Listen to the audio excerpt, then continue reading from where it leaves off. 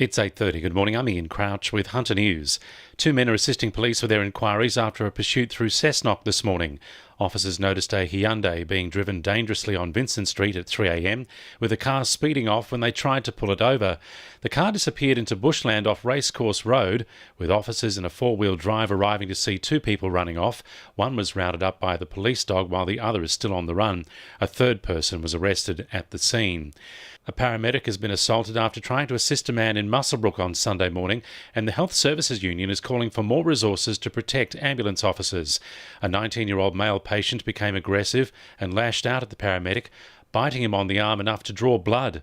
Health Services Union Secretary Gerard Hayes says paramedics are completely under-resourced and deserve to be protected from these kinds of incidents. The ambulance service is grossly under-resourced. We say a figure of 800. In fact, it's probably more like 1,000 extra paramedics are required. It is very important that paramedics are double-crewed, not only to give the life-saving treatment that they give, but to also protect each other in case they are attacked. It's really an important issue that needs to be raised and consistently raised. A woman is due to face Newcastle local court today after police allegedly found the drug ice, cash and knives in her car at Broadmeadow. Officers pulled over her Hyundai Elantra on Everton Street last night before searching the vehicle. The 22-year-old's been charged with drug supply, dealing in the proceeds of crime and having a knife in public. Major work is currently underway in the Dungog Common to address erosion and damage to a number of vehicle tracks and 4 large dams in the reserve. The upgrades come following storms and floods in recent years, aiming to stem the flow of sediment into Common Creek, stabilise erosion on a number of tracks and revegetate damaged areas to maintain biodiversity.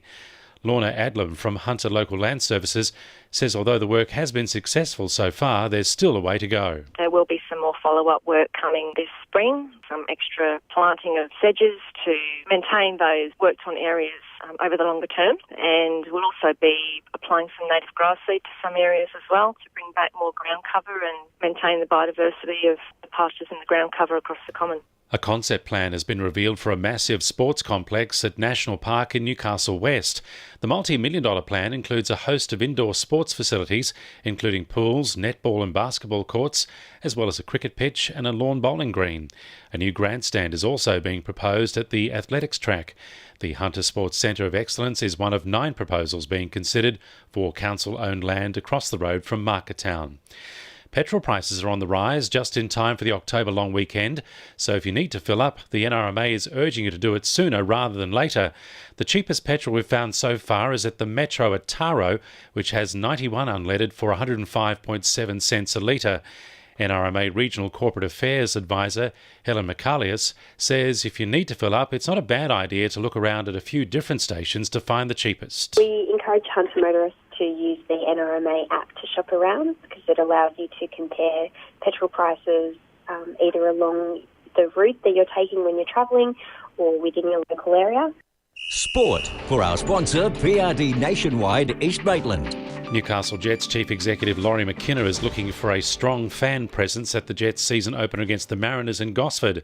McKenna believes the initial rounds of the season are extremely important for the side after failing to make the finals for the past 7 years. He says the fans should show their support after the squad's strong pre-season. The Macquarie Scorpions achieved a small piece of history with last weekend's grand final win. It's the first team to include a set of 3 brothers in the same Newcastle Rugby League first-grade winning side, with Randall, Isaac and Scott Briggs all playing a part in taking out the premiership. And 16-year-old Patterson cricketer Will Fort has started the Under-17s National Championships, topping the score sheet in the first 2 innings played. Fort scored back-to-back 70s for the ACT and New South Wales countryside against the Northern Territory and South Australia. And the winning numbers in Oz Lotto are 41, 45, 8, 14, 6, 13 and 33, and the supplementaries are 15 and 42. 2NURFM News Time, 26 to 9.